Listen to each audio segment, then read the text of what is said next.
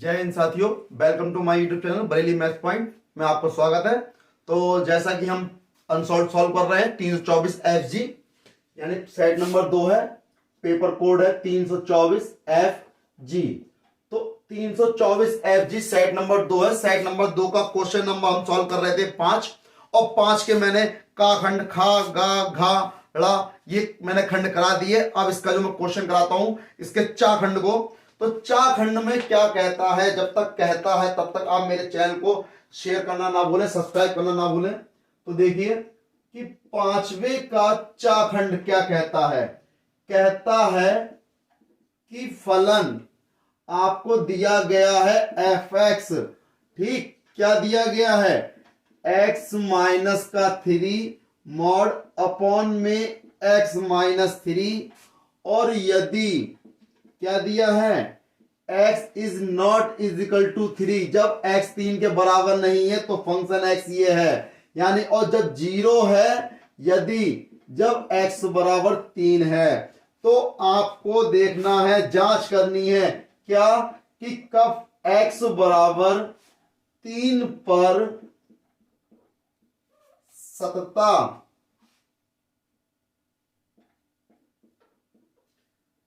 तथा अवकलनीयता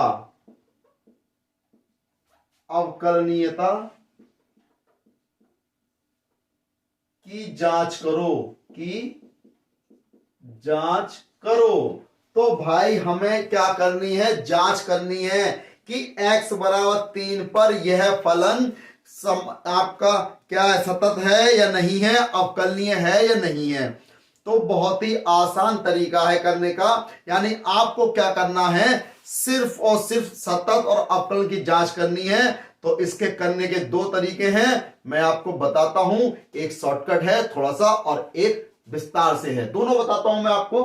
तो भाई सबसे पहली चीज है, आपको क्या करना पड़ेगा, सतत करना पड़ेगा। सतत सिद्ध करके दिखा दो, सतत सिद्ध हो जाएगा तो अवकलनीय अपने आप हो जाएगा, है ना। तो भाई हम करना स्टार्ट करते हैं। भाई देखें, सबसे पहले हम क्या करते हैं, सतत के लिए सबसे पहली कंडीशन क्या है, क्योंकि आपसे इन्हें दो कंडीशन कही है कि सतत चेक करना है और अवकलनीयता चेक करनी है, डिफरेंशियलिटी यानी चेक करनी है और कंटिन्यूटी। देखिए अब भाई हम करेंगे क्या, सबसे पहले हमने क्या करा, x बराबर 3 पर किसके लिए, सतत के लिए। भाई चेक कर लेते हैं सतत की, अगर ये है नहीं है तो x बराबर 3 पे निकालना है, तो x बराबर 3 पे निकालना है यानी f3 निकालना है। जब x की जगह पर 3 होगा यानी x बराबर 3 होगा तो फलन का मान कितना है, 0 है, यानी f3 बराबर कितना है, 0 है। इसे मैंने समीकरण नंबर 1 डाल दिया। इतनी बात समझ में आ गई, बहुत आसान है। अब हम चलते हैं LHL यानी कि लेफ्ट हैंड लिमिट। तो भाई लेफ्ट हैंड लिमिट है, लेफ्ट हैंड लिमिट हम कैसे निकालते हैं ये तो आपको पता है। लिमिट लगाओ यानी कि लिमिट लगाओ, x टेंड्स टू किस पे निकालना है, 3 पे निकालना है। तो 3 से तो वैल्यू कम ली जाएगी यानी माइनस की ओर ली जाएगी।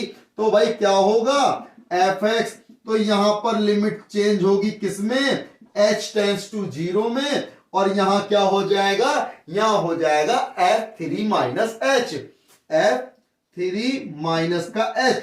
अब ये वैल्यू 3 में से घट रहा है, 3 में से कम हो रहा है, तो 3 के बराबर तो हो नहीं सकता, यानी इससे तो मतलब रहा नहीं, लेकिन 3 के बराबर नहीं है, यानी 3 में से कम हो रहा है, 3 के बराबर थोड़ी है, 3 से कम होगा या ज्यादा होगा, तो कम किस में हो रहा है इसकी बात करेंगे। तो लगा देंगे भाई limit h tends to 0, f3 minus किस में लगाओगे, जहां पर भी x दिखाई दे वहां लगा दो 3 माइनस h, माइनस का 3 मॉड x की जगह पर लगा दिया 3 माइनस h, माइनस का 3 से 3 कट गया, यहां 3 से 3 कट गया, कितना बचा, लिमिट h टेंड्स टू 0, यहां माइनस के मॉड h हो गए और माइनस का h। तो यानी कहने का मतलब क्या है, limit h tends to 0 plus का h हो गया अपॉन में माइनस का एच हो गया, एच से एच काटा तो कितना आ गया,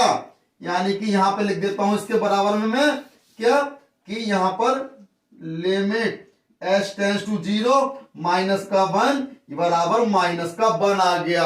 अब माइनस का 1 आ गया, अब बढ़ते हैं हम are H L right hand limit की ओर। तो राइट हैंड लिमिट हमारी क्या कहती है भाई, काम तो वही करना है, लिमिट एच टेंस टू 3। अब राइट हैंड लिमिट में क्या होता है, 3 प्लस हो जाएगा, यानी 3 से ज्यादा भी निकलेगा तो इसी में से कितना एफ एक्स, तो ये हो जाएगा लिमिट एच टेंस टू 0 और यहां पर एफ एक्स की जगह पे क्या आ जाएगा 3 प्लस एच आ जाएगा। तो लगा देंगे लिमिट एच टेंस टू 0, तो अब लगाए देखें बेटा मॉड एक्स, यानी मॉड एक्स की जगह पे 3 प्लस एच माइनस का 3 और 3 प्लस एच माइनस का 3 से 3 कैंसिल हो गया, 3 से 3 कैंसिल हो गया, यानी कि लिमिट एच टेंस टू 0 यानी कि मॉड एच अपॉन एच, यानी कि limit H tends to 0 H upon H, H से एच कट गया, यानी कितना आ गया limit H tends to 0 1 upon 1 बराबर 1। तो भाई एल एच एल और आर एच एल तो बराबर आए ही नहीं, तो क्या करेंगे, तो लिख देंगे अतः क्या, यानी कि इसमें देखें F3 is not equal to LHL और is not equal to RHL, यानी तीनों ही आपस में बराबर नहीं है। जब तीनों आपस में बराबर नहीं है तो भाई ये सतत कैसे हो जाएगा, तो लिख दोगे अतः x बराबर 3 पर यह फलन सतत नहीं है। जब सतत नहीं है, अब जब सतत नहीं है तो अवकलनीय भी नहीं होगा, लेकिन हम सिद्ध करके दिखा दे रहे हैं, है ना। तो अब जैसा कि ये पार्ट हो गया, आप चाहो तो इसका स्क्रीनशॉट ले लीजिए, है ना, स्क्रीनशॉट ले सकते हैं, और वरना स्क्रीनशॉट नहीं और नोट कर सकते हैं, नोट कर लिया होगा। तो हम बढ़ते हैं आगे की ओर, यानी अब क्या बढ़ते हैं आगे की ओर। अब हम चेक करेंगे अवकलनीय, भाई सतत तो हमने चेक कर लिया, जब सतत चेक कर लिया तो भाई अब अवकलनीय कर लेते हैं चेक, बहुत आसान है। तो देखें भाई हम इसे रफ कर रहे हैं,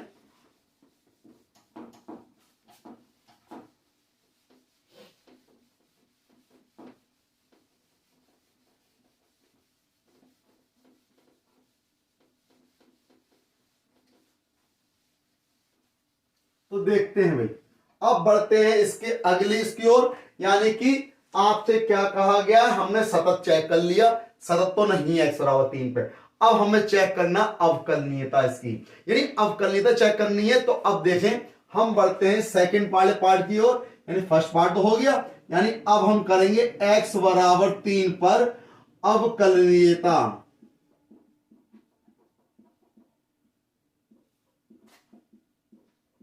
ठीक, अवकलनीयता किस पे निकालनी है, x बराबर 3 पे निकालनी है, यानी कि लेफ्ट हैंड डेरिवेटिव यूज करेंगे इसमें। तो लेफ्ट हैंड डेरिवेटिव यानी कि लेफ्ट हैंड फंक्शन, या फंक्शन ले लो एफ डैश, यानी कि किसका एफ डैश 3 के लिए। तो एफ डैश 3 के लिए लोगे, यानी कि लिमिट कितना हो जाएगा, लिमिट x टेंस टू, इसमें भी LHM जैसे LHM में होता 3 माइनस होता है, यहां भी क्या आएगा 3 माइनस, यानी कि 3 से कम हो रहा है, यानी कि F x minus F3 upon में कितना x माइनस 3, क्योंकि यहां पर फंक्शन यही तो है, तो यही तो रहेगा।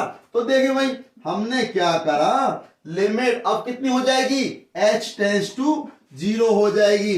भाई एफ एक्स है, एफ एक्स की जगह पे क्या रखोगे 3 minus H, F3 minus H और माइनस का F3 अपॉन में क्या होगा x माइनस 3। जब x की जगह आप रखोगे 3 माइनस एच माइनस का 3, तो भाई ये तो हो जाएगा माइनस का h बचेगा। हम क्या करते हैं F3 माइनस एच की वैल्यू निकालेंगे।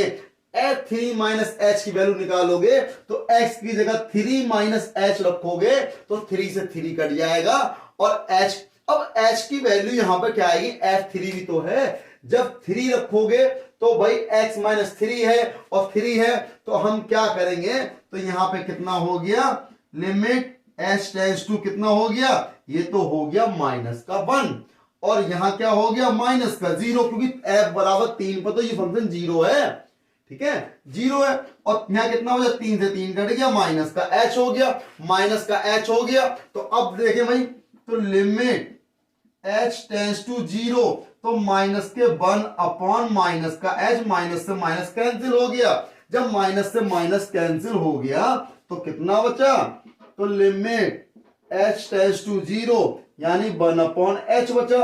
अब लिमिट लगा दो तो 1 अपॉन कितना हो गया, 1 अपॉन 0। और अब किसी भी संख्या के बटे में 0 हो तो उसका मान क्या हो जाता है, इनफाइनाइट हो जाता है, यानी कि अनंत हो जाता है, यानी कि अनंत हो गया। अब अनंत हो गया जिसका कोई अस्तित्व नहीं होता है, यानी लिख दोगे अतः इसका कोई अस्तित्व नहीं है ना, कोई अस्तित्व नहीं है। जब इनफाइनाइट आ गया 1/0 हो गया, तो अब बढ़ेंगे हम राइट हैंड डेरिवेटिव यानी f डैश x। अब देखें, अब क्या बढ़ेंगे, राइट हैंड की ओर बढ़ेंगे। अब इसमें भी क्या रहेगा, लिमिट भाई x टेंड्स टू 3, इसमें क्या होगा, प्लस होगा राइट हैंड लिमिट की तरह। इसमें क्या होगा, राइट हैंड डेरिवेटिव में इसमें भी 3 प्लस होगा। तो अब क्या होगा यहां पर fx, लेकिन माइनस f3 अपॉन, अब x की जगह क्या लगा देंगे हम, 3 प्लस h लगा देंगे, 3 प्लस h माइनस का 3 प्लस h माइनस का 3 लगा दिया, 3 से 3 यहां भी कट जाएगा, और लिमिट यहां पर क्या हो जाएगी, h टेंड्स टू 0 हो जाएगी, यहां पर 3 प्लस h हो जाएगा, माइनस का f3 अपॉन में h हो गया। भाई f3 प्लस h निकालोगे तो 3 प्लस h लिमिट h टेंड्स टू 0, इसकी वैल्यू कितनी आई थी भाई, 3 प्लस h की 1 आई थी, और ये कितना, ये तो 0 है ही है, तो 0 है बटे में कितना है, h है, तो लिमिट h टेंड्स टू 0, तो 1 अपॉन h, और लिमिट लगा दो 1/0 बराबर इनफाइनाइट, यानी कि इसका भी कोई अस्तित्व नहीं है। लिख दोगे अतः इसका कोई अस्तित्व नहीं है। जब इनका कोई अस्तित्व ही नहीं है तो अवकलनीय कैसे हो जाएंगे, तो लिख दोगे, हम यहां लिख दे रहे हैं भाई, अतः x बराबर 3 पर फलन ना तो सतत है और ना ही अवकलनीय है।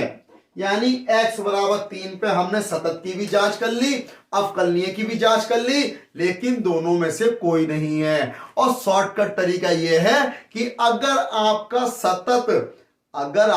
सतत जो है आपका नहीं आता है फंक्शन, तो वो अवकलनीय भी नहीं आएगा। आप लिख सकते हैं ये एक वैकल्पिक विधि है, यानी कि एक वैकल्पिक माने यानी कि एक इस तरीके से शॉर्टकट कह सकते हो कि एक साधारण सी यानी कि अब इसमें कहा गया है, जैसे कि हमने क्या करा भाई, सतत सिद्ध करा, फिर अवकलनीय सिद्ध करा। अगर अवकलनीय जो सतत नहीं आ रहा है तो हम उसे क्या कर सकते हैं, अतः वो अवकलनीय भी नहीं होगी। तो इसे भी आप क्या कर सकते हो, इसका स्क्रीनशॉट ले सकते हो या इसको नोट कर सकते हो, ठीक है। जैसा चाहे आप वैसा कर सकते हैं। तो बढ़ते हैं हम अगले क्वेश्चन की ओर। जैसा कि अब देखें, हम बढ़ते हैं तो हम इसे रफ करते हैं।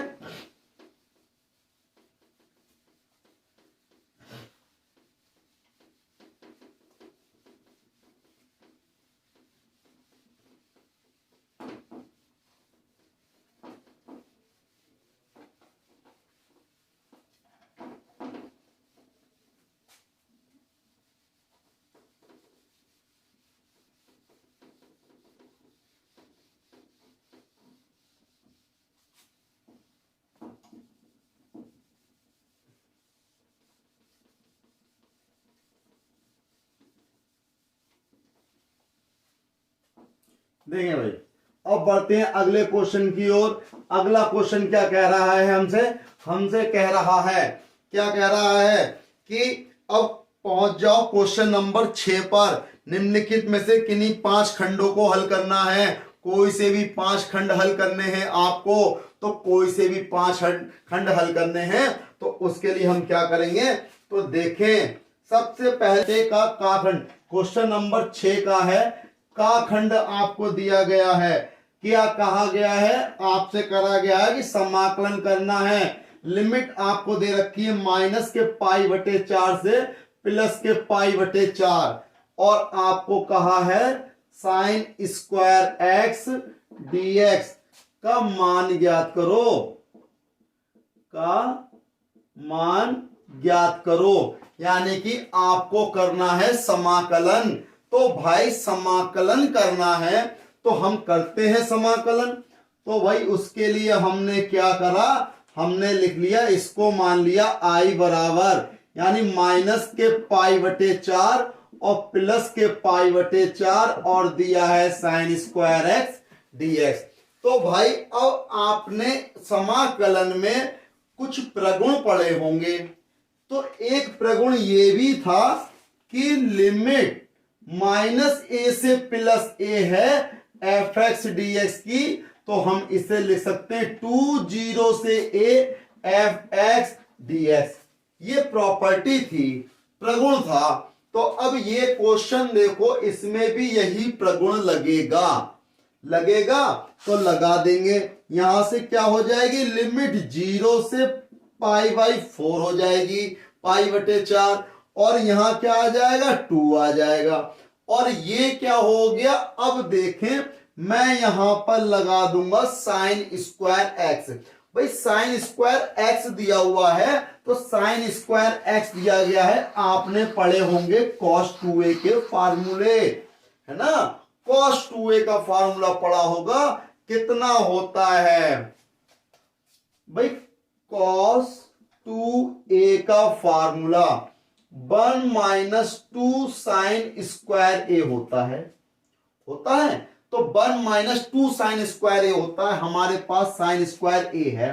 तो हम क्या करेंगे, इसको इधर ले आओ, इसको इधर ले आओ, तो 2 sin² बराबर 1 - cos 2a हो जाएगा। और 2 को ले जाओ बटे में, तो sin² बराबर 1 - cos 2a बटे में 2, यानी sin² की जगह मैं ये लिख सकता हूं, क्योंकि भैया sin² का समाकलन तो होता नहीं है, इसलिए तो इसको तोड़ना तो पड़ेगा। अब किसमें तोड़ेंगे, तो हमने क्या करा, cos 2a का फार्मूला तो हमें याद है, तो हमने क्या करा, cos 2a में तोड़ लिया। अब cos 2a में तोड़ने के लिए cos 2a फार्मूला जो याद है, cos 2a के भी एक फार्मूला साइन वाला होता है, एक cos वाला होता है, लेकिन भाई हमें तो साइन वाला चाहिए, जो चीज हमारे पास है वही तो करोगे। अब साइन हमें दे रखा है, तो cos 2a को हमने साइन वाले फार्मूले तोड़ लिया। क्या होता है, cos 2a का फार्मूला 1 - 2 sin²a। तो हमें चाहिए क्या, हमें sin²a का मान चाहिए, sin²x का। तो भैया sin² से मतलब रखो, बाकी सबको फेंको एक घाई को। तो भाई देखें, हमने इसको उठा के लाए, इधर माइनस का था, इधर आके प्लस का हो गया, ये प्लस का था, इधर आके माइनस का हो गया। अब ये 2 फालतू है, फालतू से मतलब नहीं हमें, तो फालतू को इधर कर दिया। तो sin² बराबर 1 - cos 2a/2। ठीक। अब रही बात, हमारे पास क्या है, x, तो हम एक ही जगह x यूज कर लेंगे, क्या दिक्कत है। तो देखें हमने क्या करा, 1 - cos 2x और पूरे के बटे 2 dx लगा दिया फार्मूला। अब ये बटे का 2 है, इस 2 से ये 2 कैंसिल हो गया, क्योंकि भाई ये बटे में दिया, ये वो गुणा में दिया, कैंसिल हो गया, चलो उसका झाड़ कटा।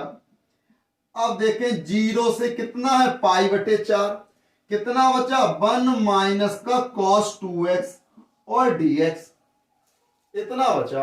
अब हम इसको अलग अलग कर दें, तो अलग अलग कर देते हैं इसको। तो इंटीग्रेशन 0 से π/4 1 × dx माइनस 0 से π/4 cos 2x dx आपका ये हो गया। तो भाई अब इसका हम कर देंगे इंटीग्रेशन, तो इंटीग्रेशन कर देंगे, तो भाई हम इसको रफ कर देता हूं मैं।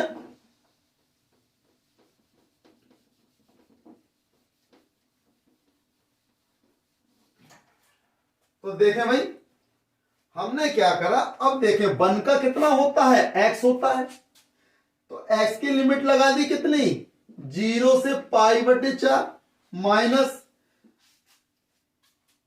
cos 2x का कितना होता है भाई, cos 2x कितना होता है, तो cos 2x का होता है sin 2x, और 2x को दोबारा करोगे अपॉन में 2 आ जाएगा, तो भाई ये हो गया sin 2x अपॉन 2, और लिमिट लगा दी 0 से π/4, कोई दिक्कत नहीं है।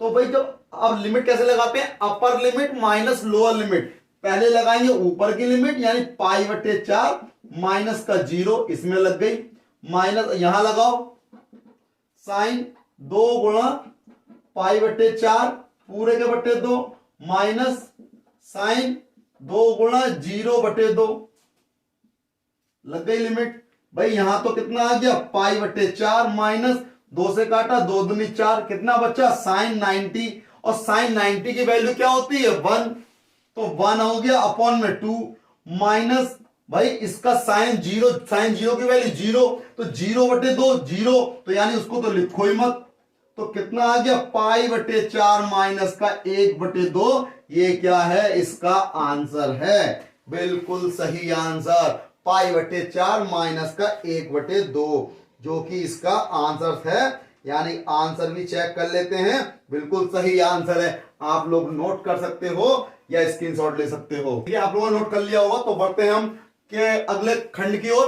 तो हमने कौन सा खंड कर लिया, इसका का खंड हो गया इसका, अब बढ़ते हैं इसके खा खंड की ओर। भाई खा खंड देखें, पहले उससे पहले मैं इसको रफ कर रहा हूं, तब तक आप मेरे चैनल को शेयर करते रहिए, शेयर करिए, लाइक करिए, सब्सक्राइब करिए।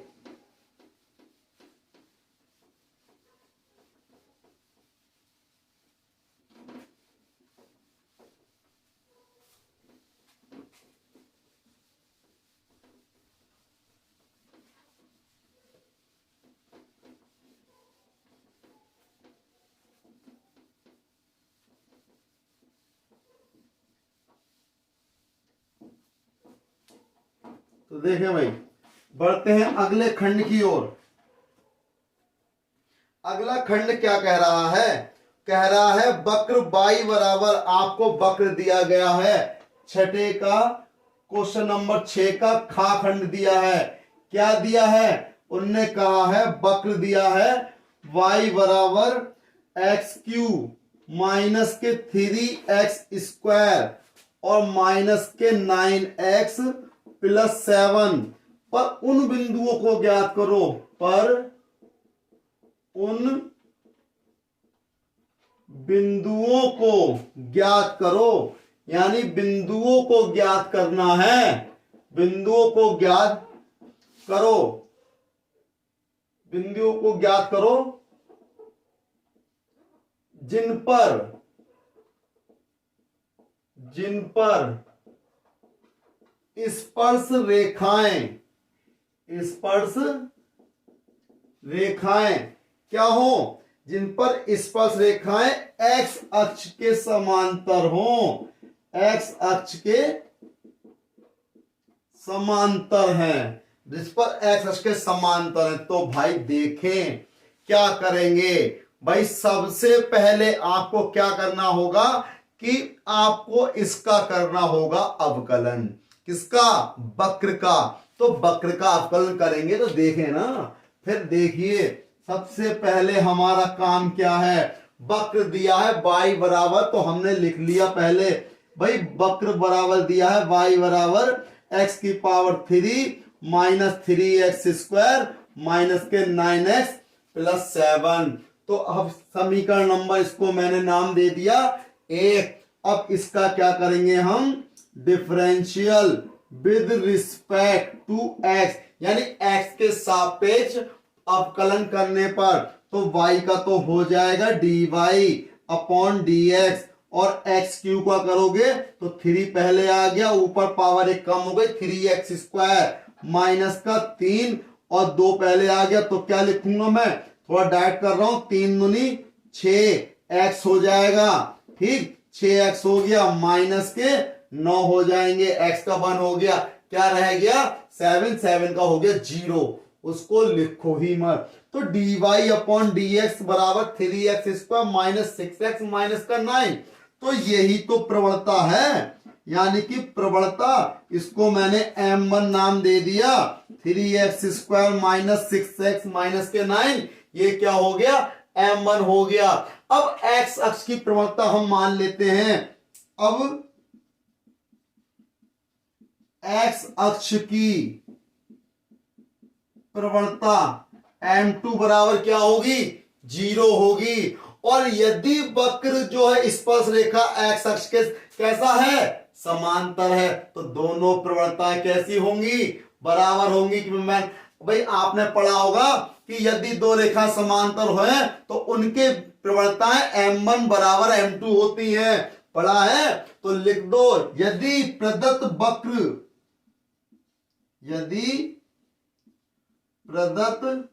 वक्र को स्पर्श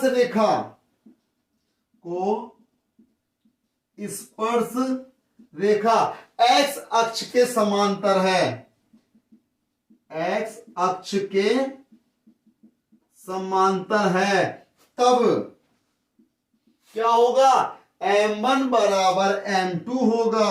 m1 बराबर क्या होगा m1 बराबर m2 होगा। तो भाई m1 बराबर m2 होगा तो रख दो।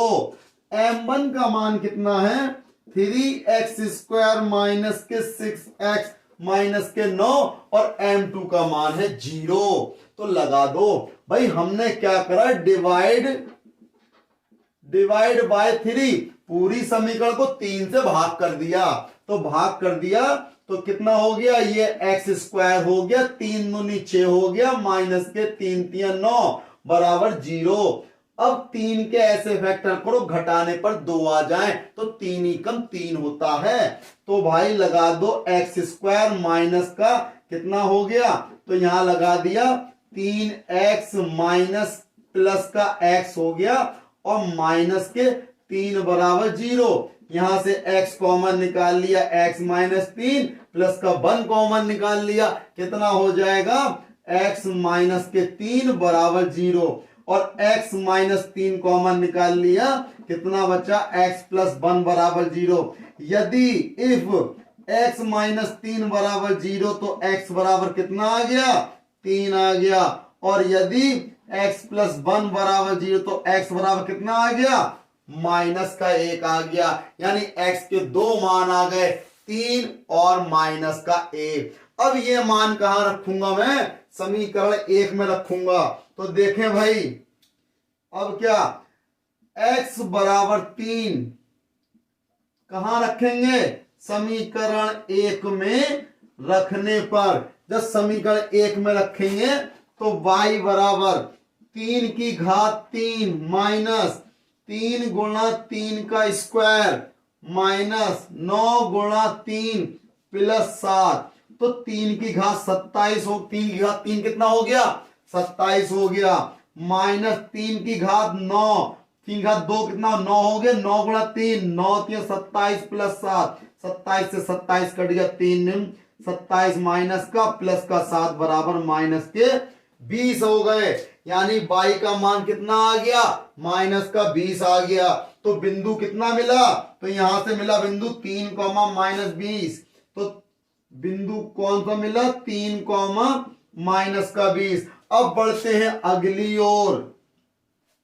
अब हमारा दूसरा मान क्या है -1, x बराबर माइनस का 1, समीकरण 1 में रखने पर, जब समीकरण 1 में रखोगे तो y बराबर -1 की घात 3 माइनस 3 गुणा -1 का स्क्वायर माइनस के 9 गुणा माइनस के 1 प्लस 7, तो -1 की घात 3 है तो माइनस का 1 हो गया, -1 का स्क्वायर करोगे प्लस का 1 हो गया, प्लस 1 की 3 से करी -3 हो गया, माइनस और माइनस प्लस हो जाएंगे 9 और ये हो गया 7, माइनस के 3 और माइनस का 1 हो जाएगा माइनस का 4, तो माइनस का 4 हो गया, 9 और 7 कितने होगा 16, और 16 में से 4 जाएंगे भाई 12 बचेंगे, ये तो पता है घटाना आता होगा।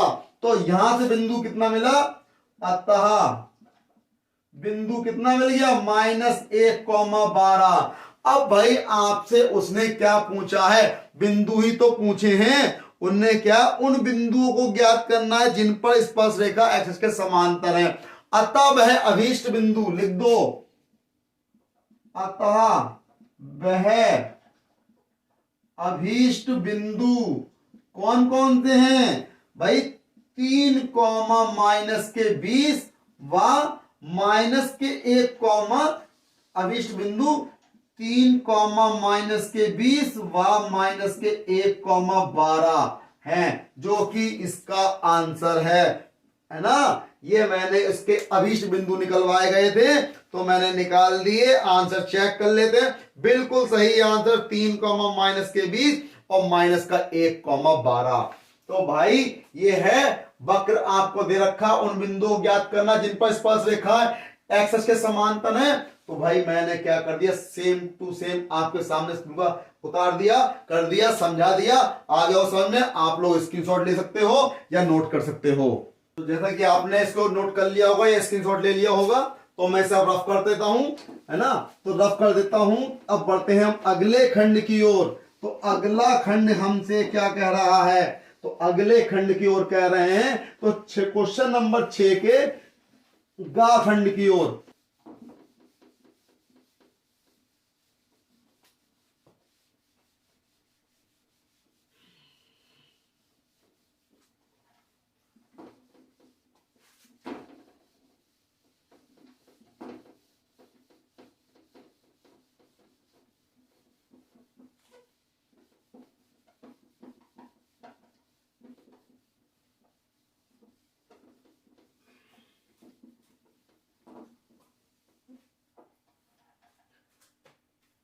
देखिए बढ़ते हैं। अब देखें, अब हमसे कहा गया है कि इसका क्वेश्चन नंबर 6 का गा खंड।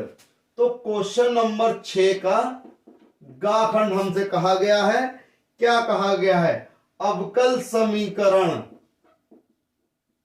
अवकल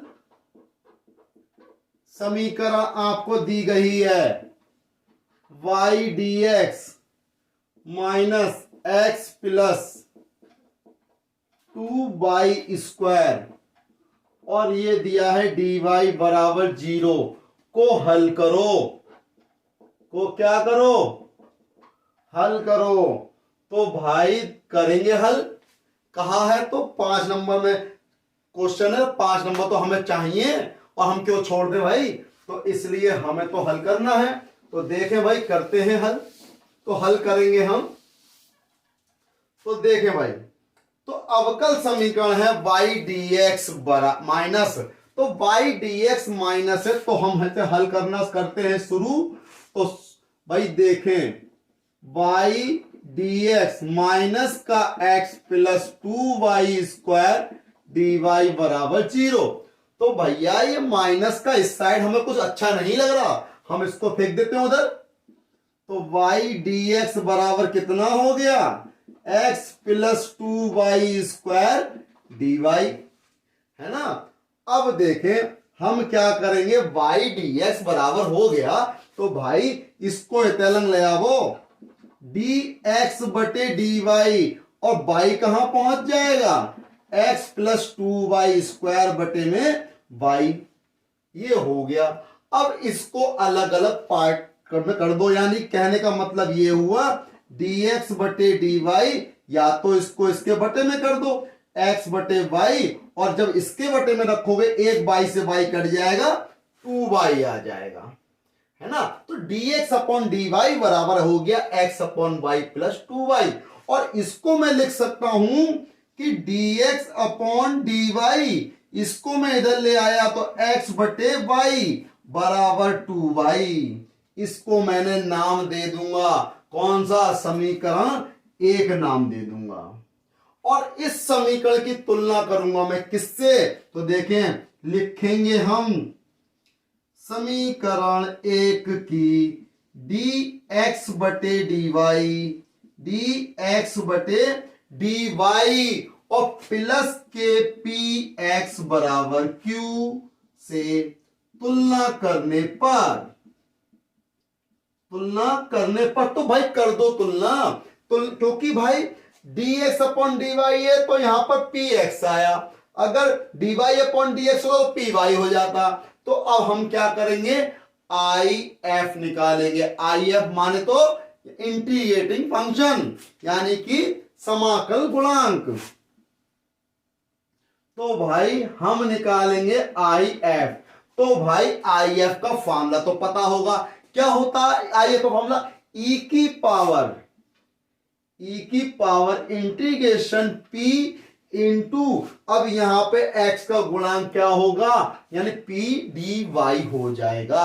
तो p dy हो गया, तो भाई लगा दो e की पावर इंटीग्रेशन p का मान कितना है, तो भाई तुलना करोगे यहां पे, अगर मैं यहां लिख देता हूं p का मान कितना है, माइनस का 1/y है, और q का मान कितना है, 2y है। तो भाई p बराबर कितना हो गया, माइनस ये आ गया, 1/y ये आ गया, और dy ये हो गया।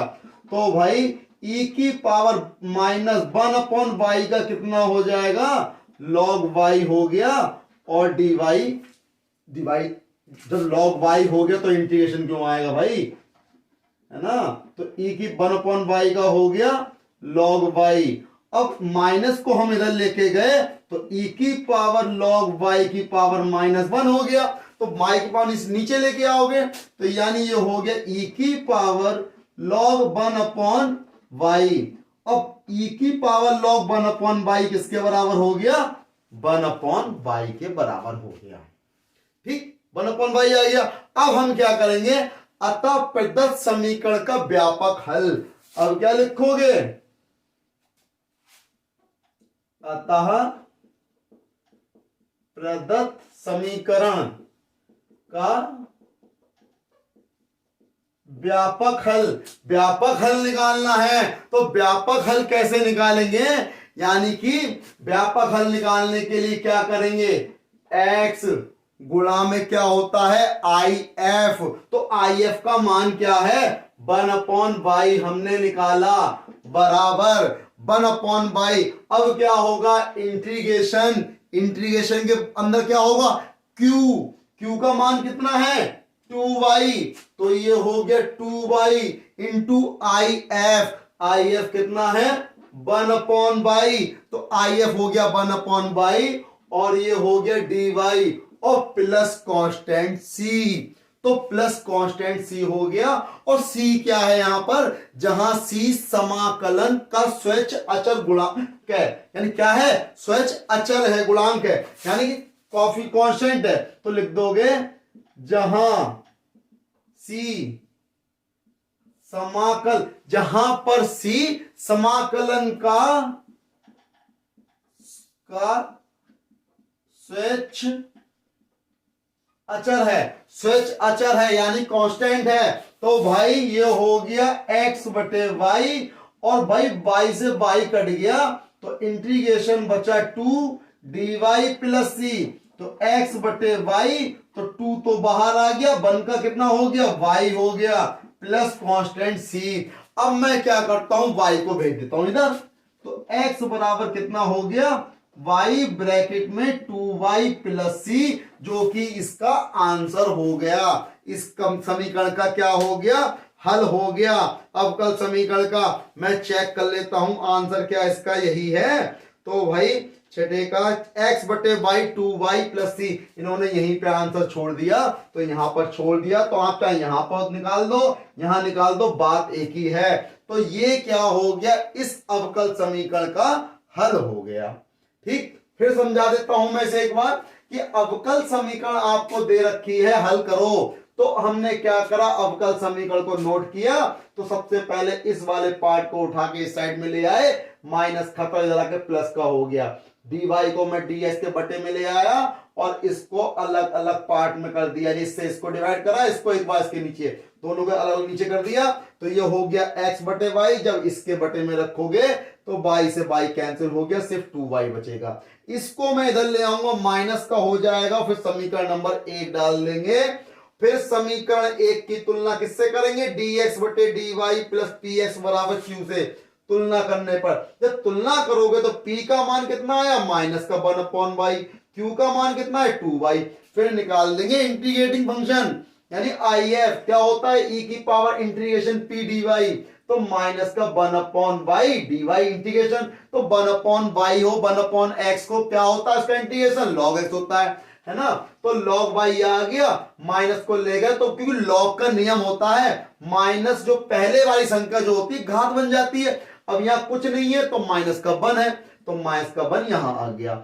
अब इसको लिखोगे प्लस करने के लिए 1/y, तो e की पावर log 1/y, तो log e ये खत्म 1/y रह गया, ये आ गया क्या, ये आपका IF आ गया। IF चल रहा है यहां पर, क्या चल रहा है, IF पूरे में IF चल रहा है। तो अब यहां पे IF का मान कितना आ गया, 1/y आ गया। अब क्या करते हैं, अतः प्रदत्त समीकरण का व्यापक हल। व्यापक हल का फॉर्मूला क्या है, x गुणा में IF बराबर integration Q into IF plus C।